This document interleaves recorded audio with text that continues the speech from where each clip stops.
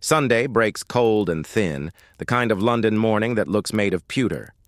The Wren house wakes the way it always does, fires coaxed alive, boots brushed, brass polished until it holds a meek little lamp of its own. In the breakfast room, Clara sits straight and quiet while steam fogs the window and leaves a pale oval where someone wiped it clear with a sleeve. On the table lies the calling list like a map of the day. The first rule printed on its invisible first page. Calls are called morning, but they are never in the morning. The proper hours are 3 until 5, a narrow gate through which the whole town tries to walk without touching elbows. Sis.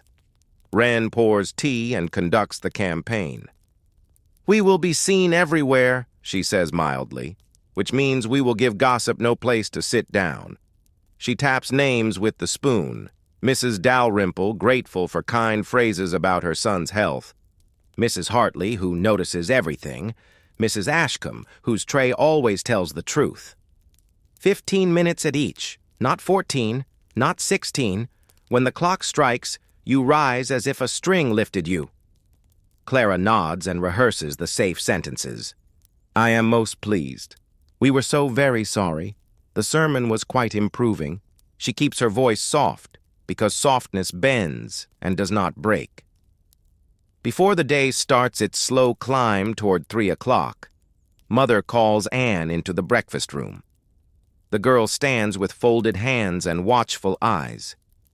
"You will not be alone on the servants' stairs," Mrs. Wren says. "You will walk with cook when you go to market. If anyone stops you, you will say you are expected and keep walking, loudly if needed." Anne nods once. The rules of safety have been spoken. Now they are law inside the house. At 2:30, Clara checks her visiting card case, fresh cards with Miss Wren printed in crisp black, and tucks a pocket watch into the small silk nest sewn inside her reticule. The watch is new to her. Hand but not to the world. It belonged to an uncle who liked trains. Its thin tick is a comfort. It means she will never overstay by accident and be punished as if she meant it. The first door is painted the thoughtful green that rich people like. The butler takes their cards on a silver tray. His face is as quiet as standing water. Inside, the drawing room smells of lemon and velvet and caution. Mrs. Dalrymple sits by the fire with a shawl folded like a small tame animal in her lap. Clara says the lines she practiced, with just enough warmth to prove she is not made of wax. "Your son is very much in our thoughts. The air has been sharp. We hope the doctor finds him improved." She mentions no symptoms. She asks no questions. Curiosity is a ladder that can be kicked away when you're halfway up. The clock in the corner lifts its thin voice. 15 minutes. Clara and her mother rise at the exact second the sound begins, as if it pulled them. Mrs. Dalrymple looks relieved and loved, both at once. There is a skill to leaving a room that makes the person left feel bigger, not smaller. Clara files this truth beside the others she is learning. The second house is easier for its furniture and harder for its people. Mrs. Hartley collects facts the way some ladies collect shells. Her smile says, "Bring me pretty things." Her eyes say, "I will measure them with my teeth." She asks after the Wren's health and the weather in a way that almost brushes a question about the torn card last week. Clara floats gently around the thorn. "The winter keeps us all close to the fire," she says. "We are fortunate." She turns the talk to a safe subject, the painting everyone pretends to admire, until the quarter chimes release them again. On the pavement, the air is damp wool. They stand for a moment in the gray to breathe. "Very good," Mrs. Wren says, which is how she says perfect. 2 more, and then tea. The third house is Mrs. Ashcombe's, the one whose doors act like scales. The knocker falls, the butler comes, the tray appears and tilts. Their cards slide onto it like coins. He leaves them in the small anteroom with a portrait of a boy in lace who died 2 kings ago. The minutes pass with the weight of lead shot. When the butler returns, he presents Mrs. Wren's card and Clara's, both returned, the corners uncut, the surface unmarked. It is the politest way to say not today. It is also the politest way to say not for some time. Clara feels the press of heat under her gloves and thinks of the black seal and the man in the fog. She watches her mother's face the way a sailor reads a sky. Mrs. Wren's expression does not even blink. "Thank you," she tells the butler in a voice that could butter winter, and turns away as if being turned away were the same as being invited in. On the street, she explains in a tone meant for no one's ears but Clara's. "We will visit everyone else Mrs. Ashcombe respects," she murmurs. "This week we make ourselves harmless and useful. Next week we will be inevitable." So the afternoon becomes a narrow river with measured bends. 3 o'clock, Mrs. Fairchild's, where the maid places their cards in the high basket that means many callers, and Mrs. Fairchild praises the voluntary hospital, but not too much. 3:30. Mrs. Venn at the end of the crescent, who cares about flowers and not at all about people. Clara asks about her winter geraniums and is loved for it. 4 o'clock. A widow who keeps birds to whom Clara brings seed wrapped in brown paper with a ribbon, because kindness that can be held is remembered longer than kindness that can only be heard. Each time the clock speaks, Clara rises on the first breath of sound. She curtsies. She leaves a picture of herself she can live with. Thoughtful, punctual, never hungry. In doorways, she meets other ladies performing the same dance. Their eyes flicker hello. Their hands cradle card cases like little polished shields toward. 4:30, the street grows thick with carriages and talk. Somewhere a church bell tries to organize the air. Clara's feet have found a rhythm that feels like safety. Then a small wrongness moves through the crowd. A gentleman who seems to be everywhere at once, at the corner, by the railings, beside the lamppost when they pass it again. He never stares. He simply is, in any place where looking like chance would be useful. Clara keeps her eyes in the proper low place and lets them unfocus just enough to see the world sideways. The messenger taught her that. You can learn a lot when you look and pretend not to. Their last call is Mrs. Calder's, James's mother, whose parlor is tidy with taste rather than money. There is a piano polished to a quiet shine. There is a vase of flowers that looks as though it was chosen by someone who goes to the market herself. "We hope you will join us Thursday next for a small musical evening," Mrs. Calder says, not glancing at the instrument at all, which is exactly the right way to ask a girl who can play if she will. "If Miss Wren feels inclined." Clara answers the polite way, "I would be honored," and does not mention that Mendelssohn sits smoothest under her hands. James comes in at the end as if he had not been listening at the door. He bows, correctly to Mrs. Wren and correctly to Clara, and says something small and real about the weather coming in from the river, which Clara likes more than she should. The quarter strikes.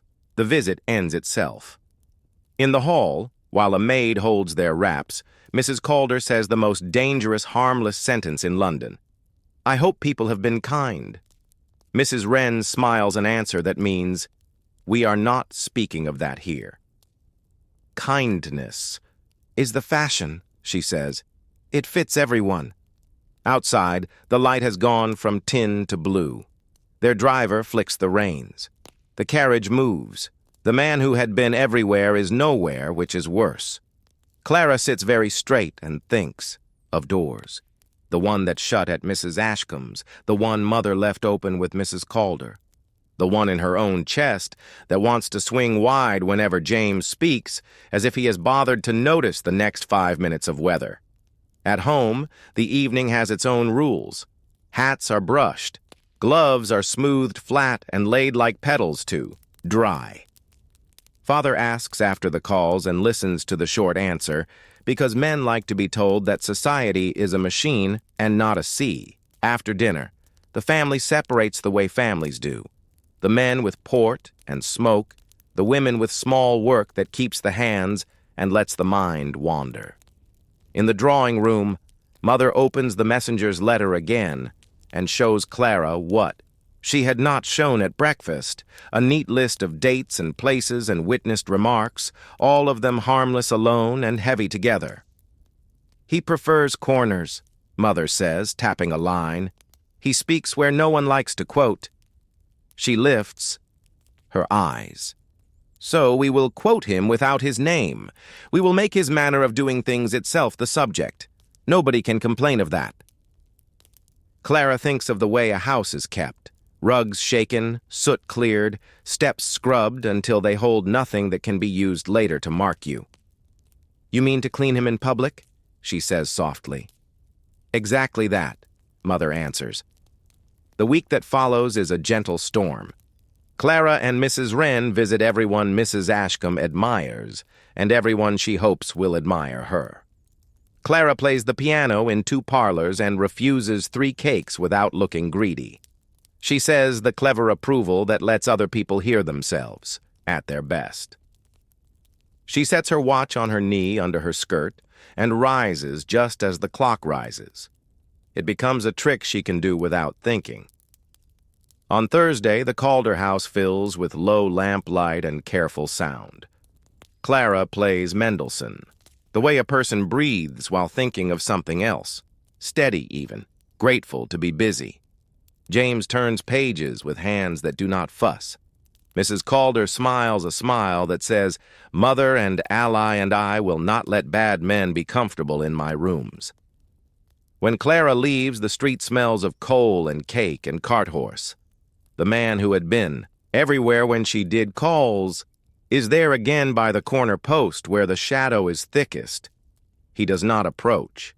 He touches the brim of his hat an inch and shows a small folded paper between 2 fingers, the way one shows a harmless card. Trick. Clara does not reach for it. That is the rule. He sets it on the edge of the garden wall and goes on walking. That is the other rule. Messages should be able to live on their own for a minute without anyone claiming them. At home, she opens it by the fire where light can catch any trick. There is no trick. There are only 6 words in the neat hand I recognizes: dinner, Ashcombe, Tuesday. Be precisely yourself. She feels the message slot neatly into the place where fear had been trying to live. Be precisely yourself. It sounds like a thing a governess would say. It also sounds like a challenge. No bully understands how to answer. Clara slides the note into the glove drawer with the black seal card. The 2 look at each other like chess pieces that finally know their squares. She sleeps clean and wakes early and does her scales without thinking of anything at all, which is her favorite way to think. By Monday, the city has changed shape. It is still the same London, a gray hive where the roofs hold up the smoke and the smoke holds down the sky. But now Clara sees paths where she used to see only streets.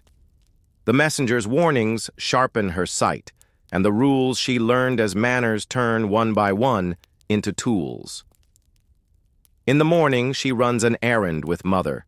Thread from the mercer, lemons against the smell of winter, paper for Father's accounts. The pavements are slick with last night's rain and this morning's ash. Clara keeps the walk, small steps, chin level, eyes soft. Soft eyes can see a great deal. Hard eyes are seen. Gentlemen touch the brim of their hats. Clara answers with the nod that means I recognize your existence without inviting your company. A costermonger sings a song about oranges. A sweet boy's blackened face shines with a grin like a cut in velvet. A banker's clerk slips in mud and pretends he meant it. London is all costume and accident, and somehow it works. They pass a lane where laundry hangs like surrender flags and spill into Cheapside, loud with wagons and quarrels. A dray horse shies at a dropped sheet of tin. A little flower girl stumbles.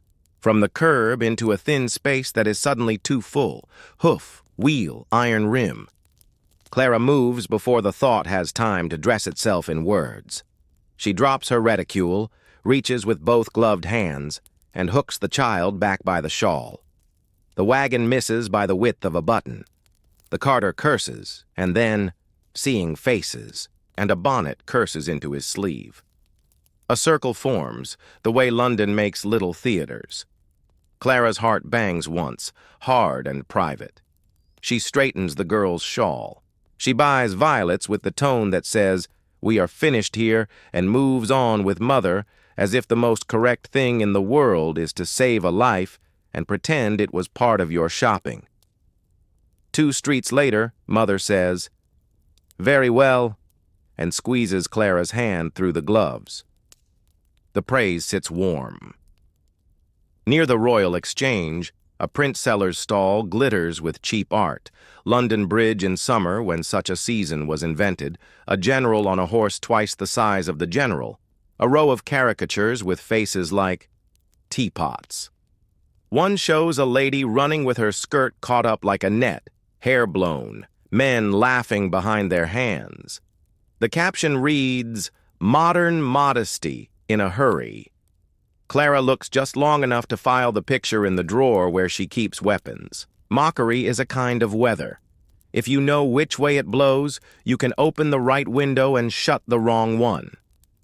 Farther along, the messenger appears, not beside her but across the street in a place that makes it obvious he is not taking her place from her. He touches the brim of his hat a quarter inch and keeps walking until the crossing. Then, where any 2 polite people might stand to avoid blocking anyone else, he says, "He prefers accident? Doorways? Corridors? The space between carriage and step?" He glances at Clara's hands. The glove is protection. The glove is also proof. Keep it on when you must take a hand. Clara nods, grateful for instruction given like a gift and not like a favor. "There was a man at our calls," she says without looking at him. "He is everywhere and nowhere." "Footmen," the messenger answers. "Eyes on wages, ears for sale, but there are honest ones too." His gaze moves past Clara's shoulder and turns still. "Walk," he says softly. "Now."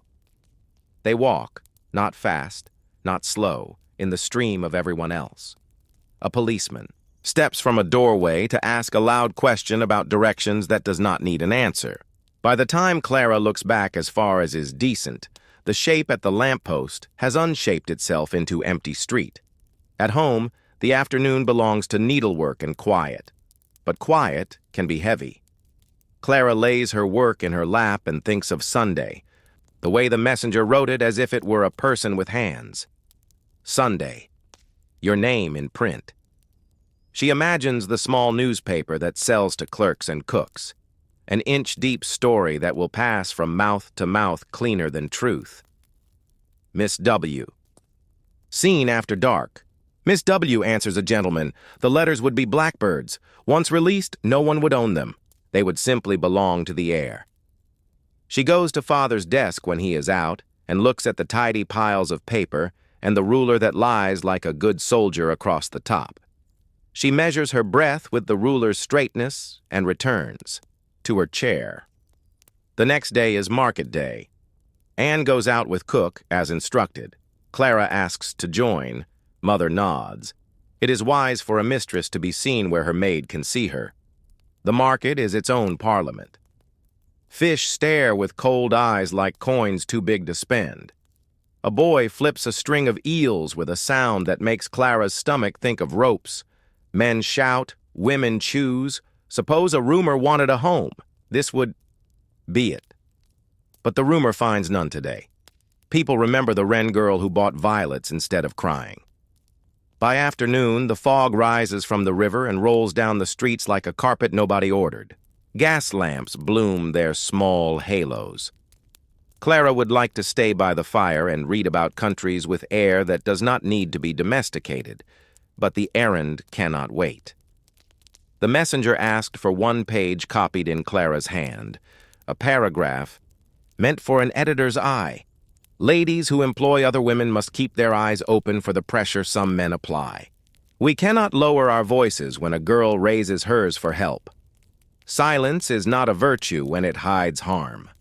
Mother reads it, approves the sentences that champion without accusing, and sands the ink with a tiny pinch of dust.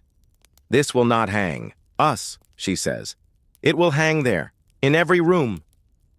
Clara delivers the page at the printer's door with a polite sentence about a private submission. The man with ink on his fingers bows to the bow and accepts the envelope with the look of someone who enjoys a good sentence for its shape, never mind its aim. On the way home, the street opens into a square where a little band plays something sprightly for children in shawls. A woman laughs once, loud and true, and for a breath, the city smells like oranges. By night, the fog has thickened into something you could cut. The paperboy's call is a wet cough. Special, it says, or perhaps spatial because the fog eats the middle of words. Clara buys a copy and holds it up to the lamp as if warming it. There is no column about a Miss W, not tonight. Instead, there is a piece about shipping and another about a lost dog that answers to Henry, which is a good name for a dog because it sounds like a plan. Clara breathes, then stops when she hears footsteps pause under the Wren window. She stands behind the curtain and stares into a yellow space where she knows a man is, because all the other spaces look like spaces and that one looks like a thought. The figure remains long enough for the clock to say 10:30, then goes away without putting out his cigarette. The little red coal of it sails like a rude star and dies. Clara sleeps hard and wakes easy. A day later, the note arrives. Ashcombe invites half the city to dinner. The card is thick. The printer's ink smells expensive. We will go, Mother says. We will sit where we are told. We will say what we came to say, which is everything and nothing. Clara looks at the card, then at her gloves, then at the mirror. The face in the glass is neat and obedient. The eyes are not. She smooths the glove, which is really a small, polite wall, and thinks, if he loves corners, I will bring him a room with no corners at all. Language made of Porcelain Tuesday begins with a sky the color of rinsed milk. It is the sort of day London wears when it wants to look innocent. Clara sets her needle aside and practices sentences in her head the way other girls practice scales. Words in this city have coats, hats, shoes. They arrive dressed. She means to dress hers well. At noon, Aunt Temperley holds an at-home. Her drawing room is a small museum. Shells in a cabinet, a glass dome with a wax bouquet, a painting of a dog. That looks more like a rug. The ladies sit in a polite oval, cups afloat on saucers like little white boats. They speak the language of porcelain, bright, smooth, thin, and hard to crack. Aunt Temperley leads. Did you see Miss Ellery at the theater? She asks, placing the question like a pin under velvet. So very spirited. Clara knows the code. Spirited means loud. She answers with a phrase that puts down a soft carpet over the pin. I thought she behaved with good sense, she says, which sounds dull and safe and secretly means she did not make us look at her too long. The oval approves with small nods. Clara adds a second layer. The evening itself was well managed. Well is high praise in this room. It can mean perfect if you say it flat enough. Later, a cousin with bright ribbons whispers, You have such a way, and looks like someone asking to borrow a pair of shoes. Clara smiles and feels a slow surprise. The way she spoke to survive is, to other people, a skill. Halfway through the afternoon, the messenger appears. Not as a shadow at a gate, but as a gentleman introduced by name to everyone in the room. He bows to Aunt as if she were the Prime Minister. So kind, he says, and admires the wax bouquet as if it were a cousin of his. When he moves near Clara, it is by accident. When he speaks, it is to the room. Isn't it curious, he says to the circle, how often girls are told to be silent, and women are told they are too silent. One could almost think silence is useful to everyone but the person who must keep it. A rustle passes along the chairs. The remark is general, it names no one, but it lights up corners. Aunt Temperley, who does not like fire, says, "Quite," the way one says put that candle out. Clara learns a new tool, the polite trap, a question or observation that forces people to show whether they prefer comfort to goodness without letting anyone be named. She tests it gently on a lady who boasts about her firm hand with servants. "How fortunate for you," Clara says, smiling, "that your girls trust you enough to tell you when a man is improper. It would be horrid to discover such a thing from a stranger." Trust, improper, horrid. Each word is a civil stone. The lady freezes for a breath, then thaws into a sentence about being vigilant, which means the stone found its place. At the end of the at-home, Aunt Temperley takes Clara's hand. "You are becoming useful," she says. It is the highest compliment Aunt has. Useful means you can enter a room and make it better without making a noise. On the way home, the city feels like a book Clara can finally read. She notices how a closed mouth can be cruel and how a soft voice can be a bridge. That evening, while Clara helps Mother fold linen, a thin note arrives, slid under the door and left there as if no one owned it. In the neat hand, Clara now knows 6 words again. Sunday, broadside, gossip page, prepared already. The messenger has ears in rooms where news is printed as fast as pies. Clara thinks of Anne, of other girls who have no card cases and few allies. She hears the rhythm of a press in her mind. Down, up, black, black. She says, "We will not wait for Sunday." Mother nods. "We will become Sunday ourselves." They sit at the small writing desk and begin a letter that is all manners and all steel. It names nothing. It asks everything. It is a mirror any room may hold up and admire itself in. It speaks of employers who care, ladies who listen, households where a girl is never asked to face a corridor alone. It recommends, gently and firmly, that any lady hearing rumor should choose her own eyes instead. They draft. They sand the ink. They make the sentences smooth enough to pass into places where sharp ones are dropped at the door. When Clara finally puts down the pen, the page looks modest. It is not. It is a small engine. She sleeps with words in her head, the way a sailor sleeps hearing waves. If Sunday wants to write her life, she means to arrive at the printing press first. Dinner. Like a battlefield, the invitation to Lord Ashcombe's dinner has the weight of a tile. Its edges are too fine for comfort. On Tuesday, the Ashcombe house glows like a hive. Footmen in livery, lamps magnified by mirrors, a hall that explains itself with marble. Clara and Mother step in as if entering a polite storm.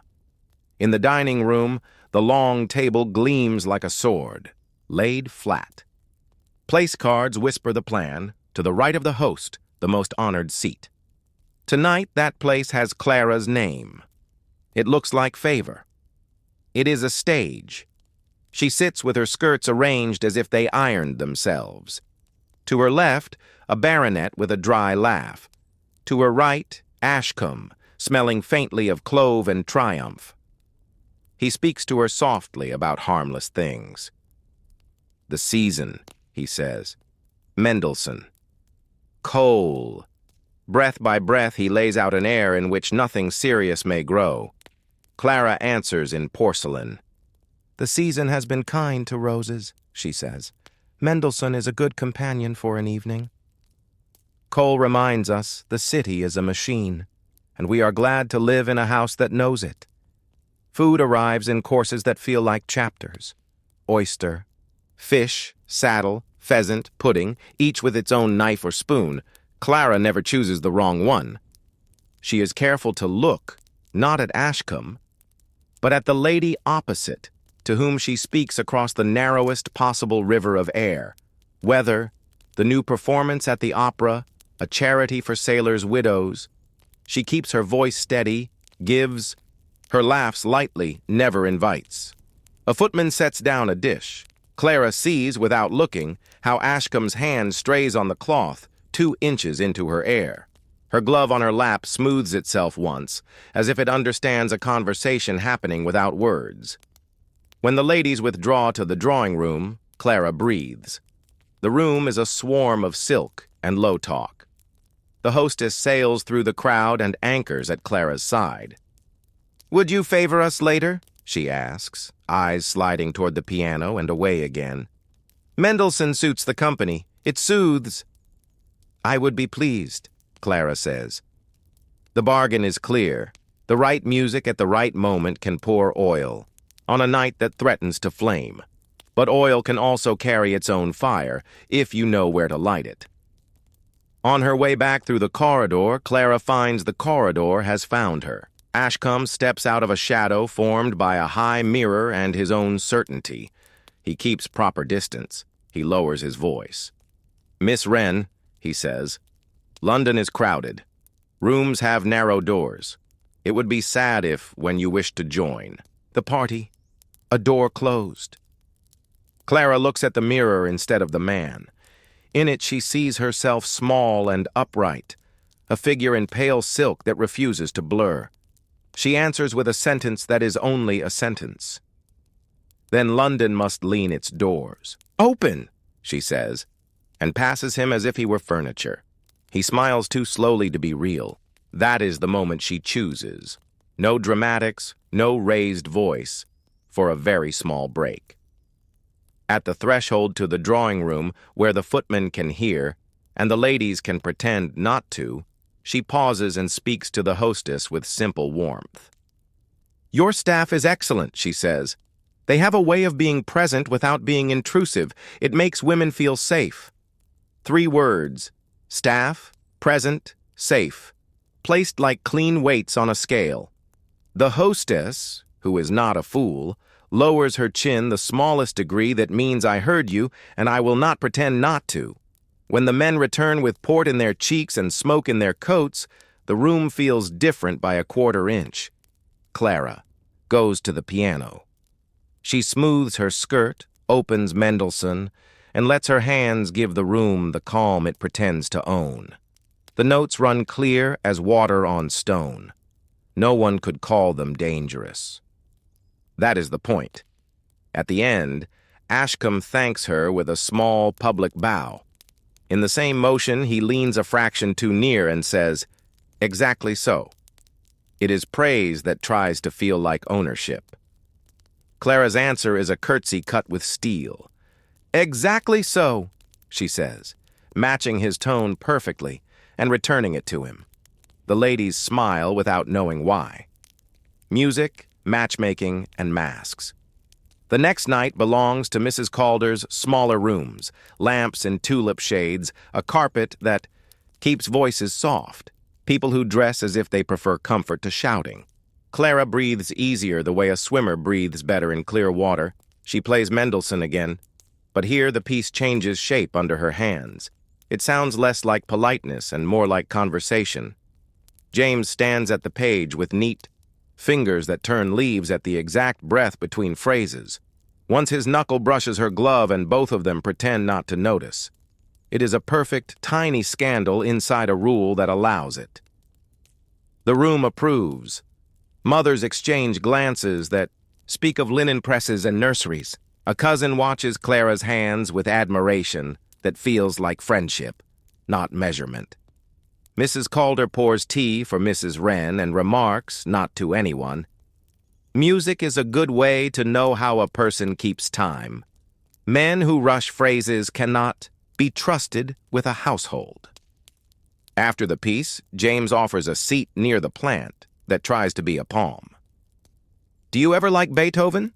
he asks, and then adds, "Only if one plays it quietly?" Clara smiles. Quiet Beethoven sounds like a promise, not a riot. They speak of Turner's storms that look like light poured through honey and Constable's fields that always seem recently rained. James says, "Sometimes I think London is simply a Turner that forgot it was a painting." Clara laughs softly. "Then we must be his brushstrokes." A small paper arrives by a safe hand, a boy with cold ears who says, "For your mother, miss," and vanishes after the bow. The note says, "Sunday delayed, seeking another path." The relief that fills Mrs. Wren's eyes is not large, it is deep. Delayed is not canceled. Another path is not a road one likes. When Clara and Mother leave, the air in the street has tooth. Marks again. A carriage stops at the corner where the shadow is most shaped. The messenger is not visible, but his absence feels like a kind of presence. A reminder that in some games your ally is the move, not the man. At home, Father says only, "We must be ready for Thursday's paper." He means, the enemy did not. Attack Sunday. He will try midweek when alertness sinks. He means, keep your words tuned, keep your back straight, keep your gloves near. Clara puts her music away and finds her sleep where it waits, in the fold between two thoughts. She dreams of cards sliding onto trays and doors that lean themselves open. Charity that looks like mercy. Wednesday is parish day. The hall behind the church smells of damp wood and boiled cloth. On trestle tables sit baskets of blankets, bread, and tickets that may be exchanged for soup. Names are read with care. Hands are checked for ink or grease or idleness. A vicar's wife keeps a ledger with sleeves rolled neatly to the elbow. She writes with the quiet zeal of someone who wants numbers to be kinder than they are. Clara ties bundles while Anne stands beside a girl the world has just called impertinent. The girl holds a parcel no bigger than a breakfast loaf, 2 shirts, spare stockings, a wooden comb. Her eyes are red around the edges like a letter pressed too hard. Clara watches the ministering machine turn. The rules here believe hunger teaches and cold corrects. A woman tells a boy he cannot have a blanket because he is 14 and therefore a man. Another woman takes a blanket she will share with 3 children and calls it a blessing. The word mercy stands in the corner like furniture. It looks heavy and helpful until one tries to move it. Anne speaks when the room is loud enough to keep her safe. "It was the master's cousin, Miss," she says. "He asked me to carry a note at night." "I said no. He asked me again. No. Then I was impertinent. Then I was dismissed." She looks at the floor as if it might give a different answer than the ceiling. "I kept the dress clean. I kept the silver safe. I did not keep my place," they say. Clara's hands fold a blanket with a care that could be a prayer. "Your place is with us," she says. The words are simple. The promise is not. At the workhouse gate, they deliver a basket. The building is as neat as a school and as kind as a ledger. A signboard lists rules in letters that cannot be argued with because they have no ears. Families are separated at the door. Voices are measured. Leisure is earned. A woman tells Clara, "It is better than starving," and then adds in a whisper, "but only by a spoonful." Back in the parish hall, Clara speaks to the vicar's wife using the new tools. "We must be particular," she says, meaning we must not let the wrong people into our pity. "We must also be general," she adds, meaning we must remember the rules can hurt when carried too hard. The vicar's wife nods with careful gratitude, as if given permission to be less sharp. When Clara leaves, a carriage stands across the way, its lamps low, its horses steaming like kettles. No crest shows, but the wheels are too clean for trade. A man inside smokes the end of a cigar with the patience of a person who likes to finish what he starts. He does not signal. He only exists near her door until her key turns and then rolls away before anyone can say he did. Clara sits by the fire longer than is wise and watches the coal under the grate make a slow planet of itself. She thinks, he prefers corners. I will keep to rooms. She thinks, he hires eyes. I will be seen by crowds. She thinks, if he wants me to move, I will practice stillness. She goes to bed with the steady noise of rain and the soft clink of her key in the dish. Somewhere in the dark, the carriage wheels find clean stones and make their own neat music, art, science, and quiet rebellion. Thursday arrives lemon-pale and fog-frayed. The Royal Academy opens its yellow doors to a stream of people who want to be told what to like. Clara walks between paintings as a person walks among opinions, attending, not surrendering. She stands before a Turner, storm over sea, light breaking like a lowered curtain. "He paints air," she says to Mother. "He makes me think I could walk on it." At a public lecture, ladies sit in the back rows like well-behaved thoughts. The lecturer speaks of geology, layers and pressure and time. Clara hears a second lecture tucked inside the first, how structures that seem eternal can be moved by slow insistence. She hides a tiny stopwatch in her muff. At minute 9, she coughs softly, rises, and leaves with 2 other women as if they had always meant to.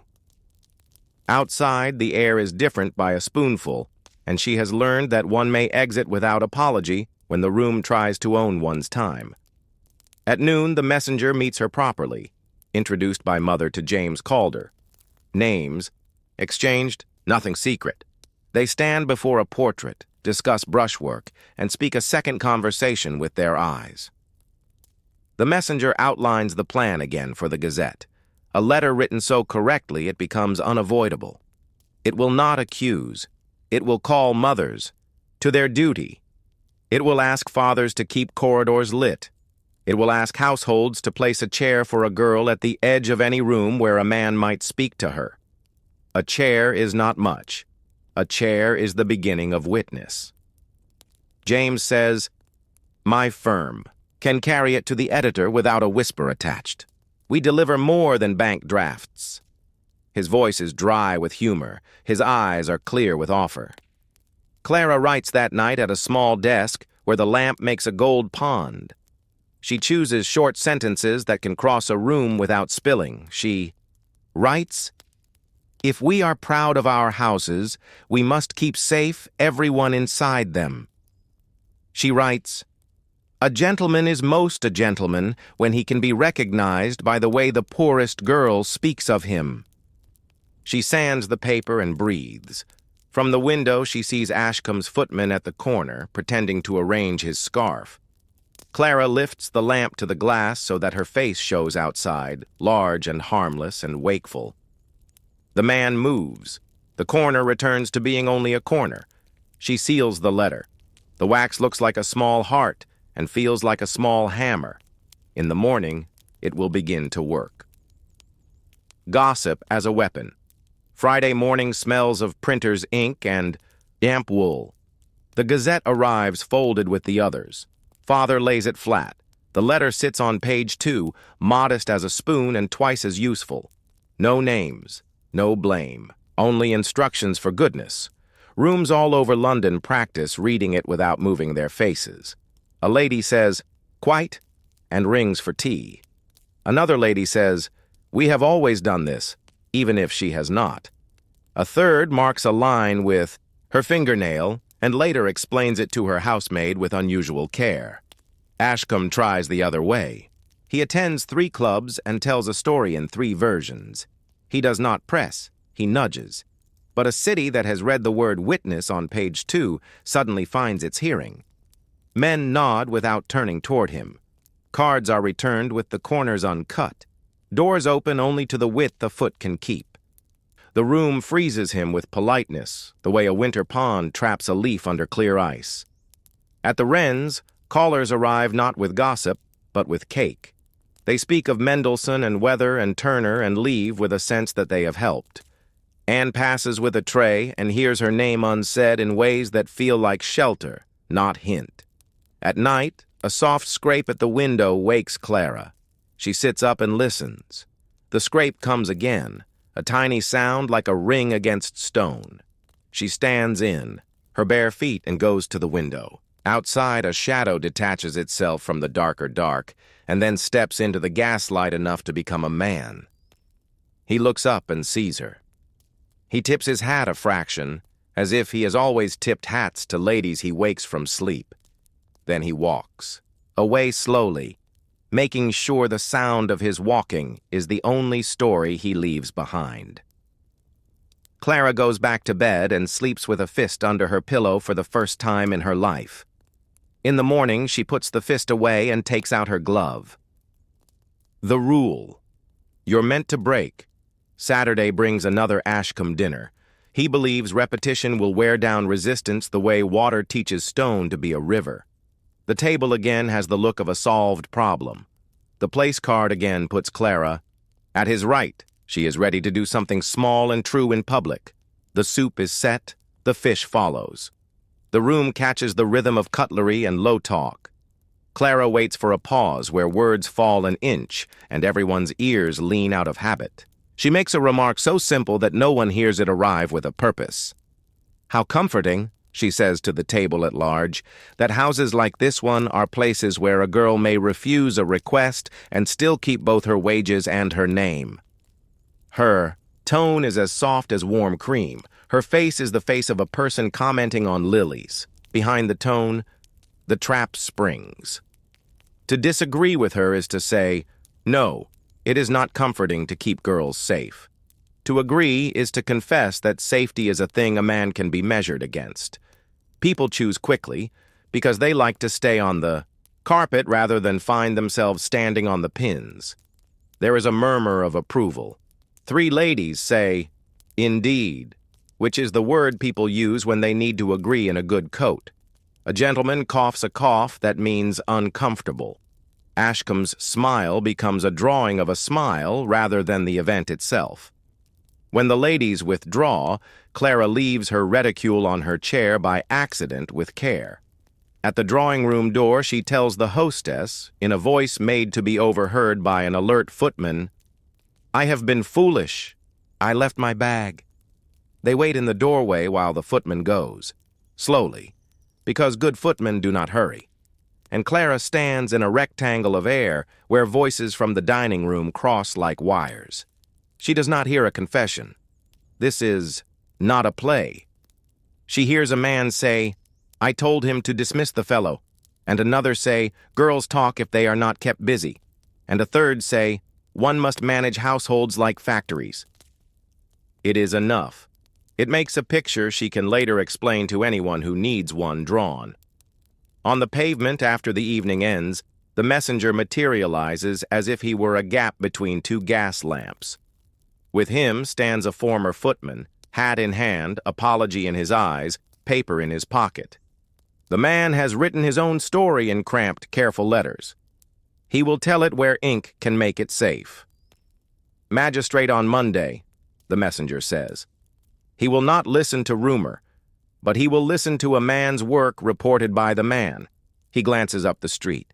It will be noisy for a week, then quiet. On Sunday, Ashcombe sends a note that smells of oranges and threat. Defamation, it says with elegant loops. You expose yourself to action. Father reads it aloud at the breakfast table and sets it under the Gazette as if to teach it its place. He writes back, no answer. Sometimes silence is the shape of power. Proposal, papers, and price. Monday afternoon, James Calder stands in Father's study where the book spines stare with tidy judgment. He asks permission with his hat in his hand and his sentences orderly. Sir, he says, I admire your daughter's mind and her conduct. I would be grateful for leave to pay my addresses. Father's mouth does not smile, but his eyes do.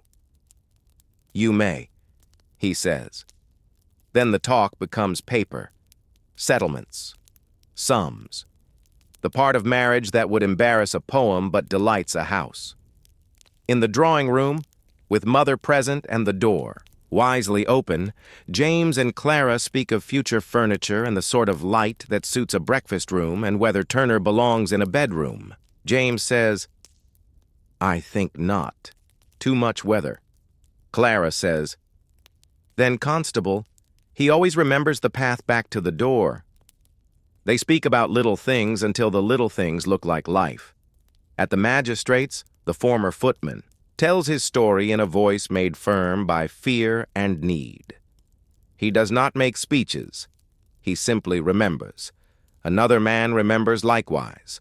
A third says he cannot speak in public but will sign a statement. The magistrate nods.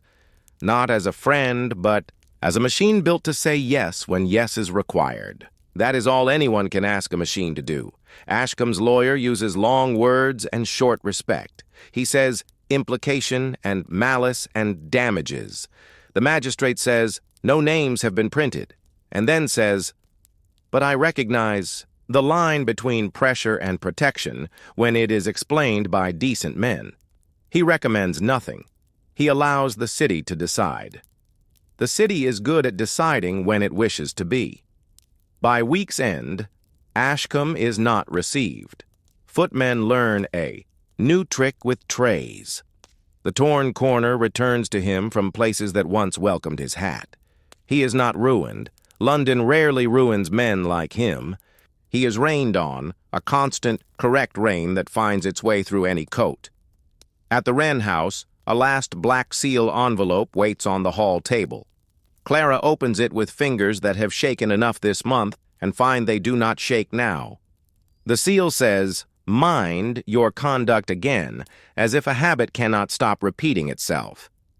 The hand inside says something else. You kept what was yours. Keep it for others. Clara puts the card in the glove drawer. It looks smaller there than the first one looked. Perhaps drawers change size when one learns what belongs in them.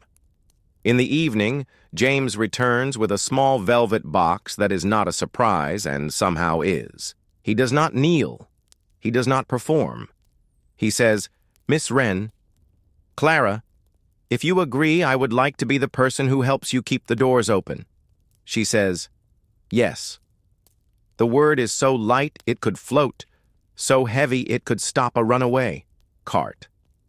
Mother's eyes shine. Father says his single best word. Well, James takes her hand, which is still in its glove. He does not remove the glove. Rules do not stop being useful the day a person is happy. He sets the ring above the glove, to see how it will look against her skin, then laughs softly at his mistake and draws back. Soon, he says, and the word arranges a very large room around two people, a new household. The wedding morning arrives clean as a folded sheet. St. George's takes them in and gives them back changed. Clara wears white because a queen did, and because it lets the day show itself. James looks like a man who ironed his courage. Father's arm is steady. Mother's lips are the kind that keep their color even when pressed. The vows are plain. The ring is plain gold. The kiss is a light touch on a cheek that has been taught to remain calm. In the pews, friends breathe as one. At the door, rice, and petals fall like the memory of weather. The wedding breakfast is modest, which is how the Wrens like fine things to be. There is a cake that looks like lace from far away and sugar from near. There are toasts that remember character first, and fortune second. Clara answers none of them. She smiles and files every word to use later when meaning must be measured. By afternoon, they are in the carriage heading south. The air loosens as London lets go. Smoke thins. Fields begin, modestly at first, and then as if they had been waiting for a cue. Kent rises like bread. The house is not a castle. It is a home that looks as if it would rather be a home than be admired. The housekeeper meets them with a smile that has room in it. The staff assemble. Names are said. James introduces Clara as Mrs. Calder, which is both true and strange. She feels her old name step back and fold itself neatly on a high shelf. It will stay there for a while and come down when a letter needs, to be signed to a girl who knew her as Miss Wren. Clara walks the rooms with the housekeeper.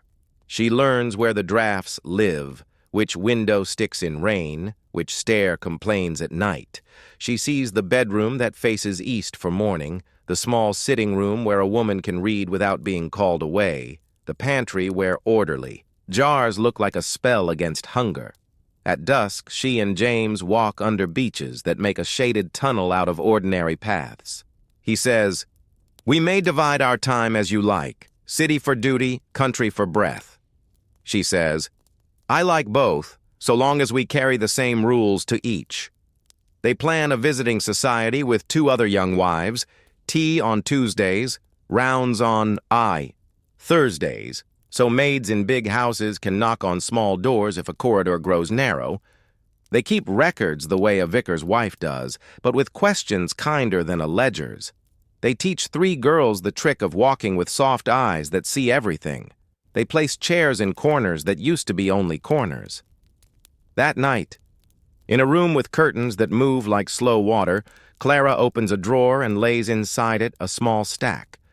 The gloves she wore the first week she chose to break a rule, the last black card with the line about keeping, a pressed violet that remembers a girl pulled from a cart's path.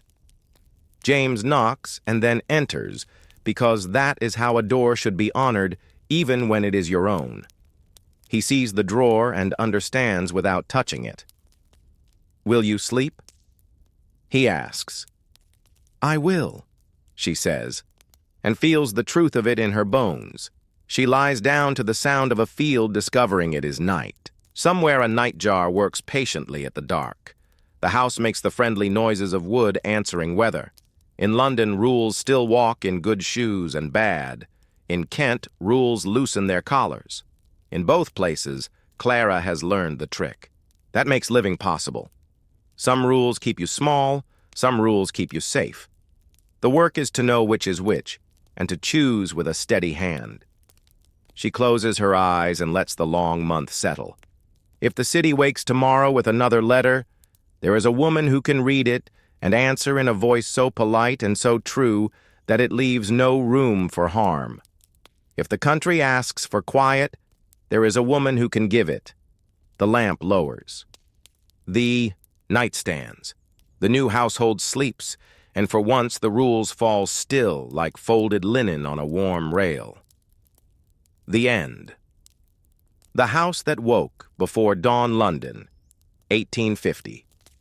Coal smoke sits over the roofs like a gray blanket. Clara Wren opens her eyes in a narrow, chilly bedroom. The grate holds only red embers. Frost flowers the window. On the washstand stand a ceramic, basin, a small mirror, a brush with missing bristles. Everything is neat. Neatness is safety. She pulls the bell. Anne, her maid, enters at once with a curtsy and a jug of hot water. "Good morning, miss. Shall I draw the curtains?" Pale light rolls across the room. The iron bed, the plain wardrobe, the dress laid out for today. On the bedside table lies a small envelope sealed with black wax. There is no name on the front. The seal says only, "Mind your conduct." Clara slides the envelope into the glove drawer. She has been taught not to show alarm. In this house, calm is a rule. Dressing is a quiet battle.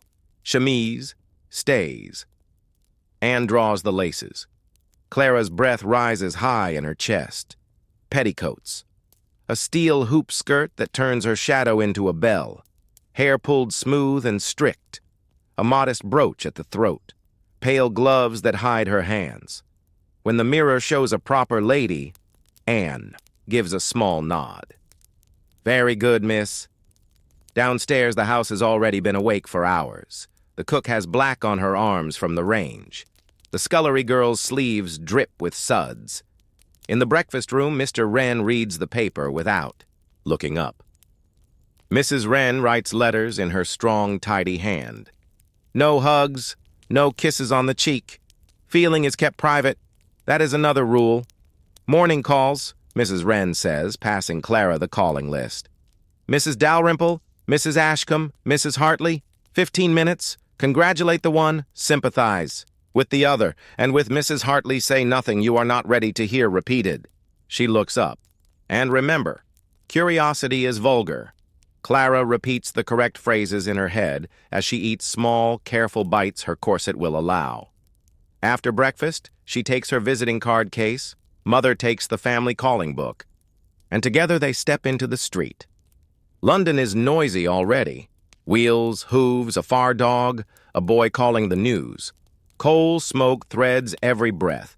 Gentlemen lift their hats. Clara lowers her eyes the correct amount. She walks in small steps. Her skirt moves like a slow clock. At the first house, their cards are placed on a silver tray and carried away by a butler who never blinks. At the second house, the butler returns a card with the corner torn.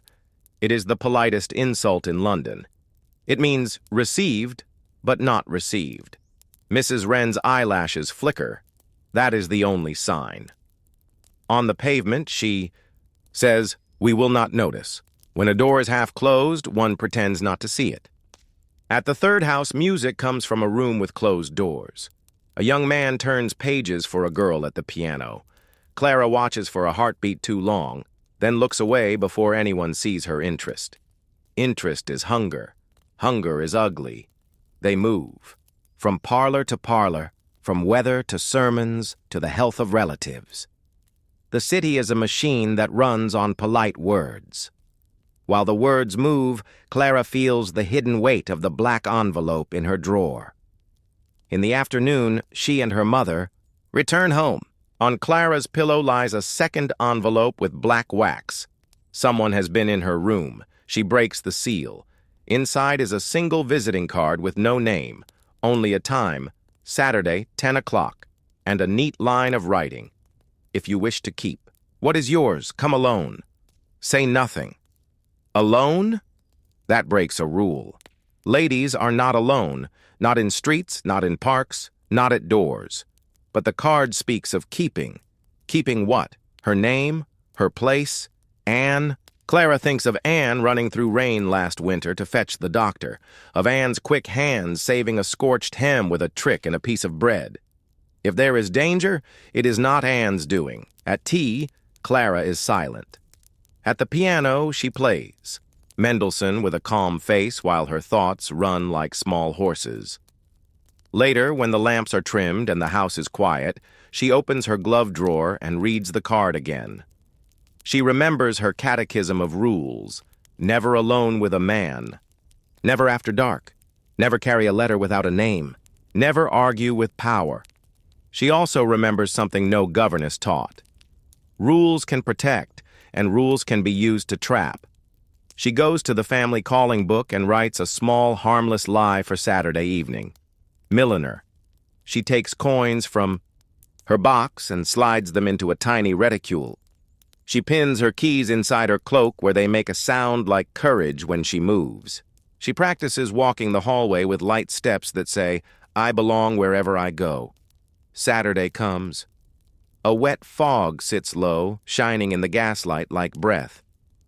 "Ribbons," Clara tells Anne, showing the side door. "Back before 9. Anne curtsies. "Yes, miss." Clara keeps to the crowded streets until she reaches the Royal Academy railings. 10 o'clock strikes from St. James like 12 soft hammers. A cabman sleeps on his seat. A constable leans on a lamp. A paper boy waits for late buyers, and a tall gentleman stands by the iron fence. He removes his hat, but does not step closer.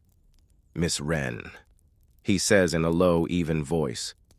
"You do not know me, but you know the man who sent your maid that warning in black wax." Clara keeps her hands soft at her sides. Fists look common. "No," she says. "You will," the man answers, because he intends to make you his object, and the first rule with such men is simple. Break a rule before they do. He holds out a second envelope. "For your mother's eyes. It will save your maid. It will cost you some peace." Clara takes the letter with her glove. Always the glove, and steps back. "Who are you?" "A messenger," he says. "A friend to those who still have to be polite." His hat tips. He vanishes into the soft dark like someone who knows the city's private doors.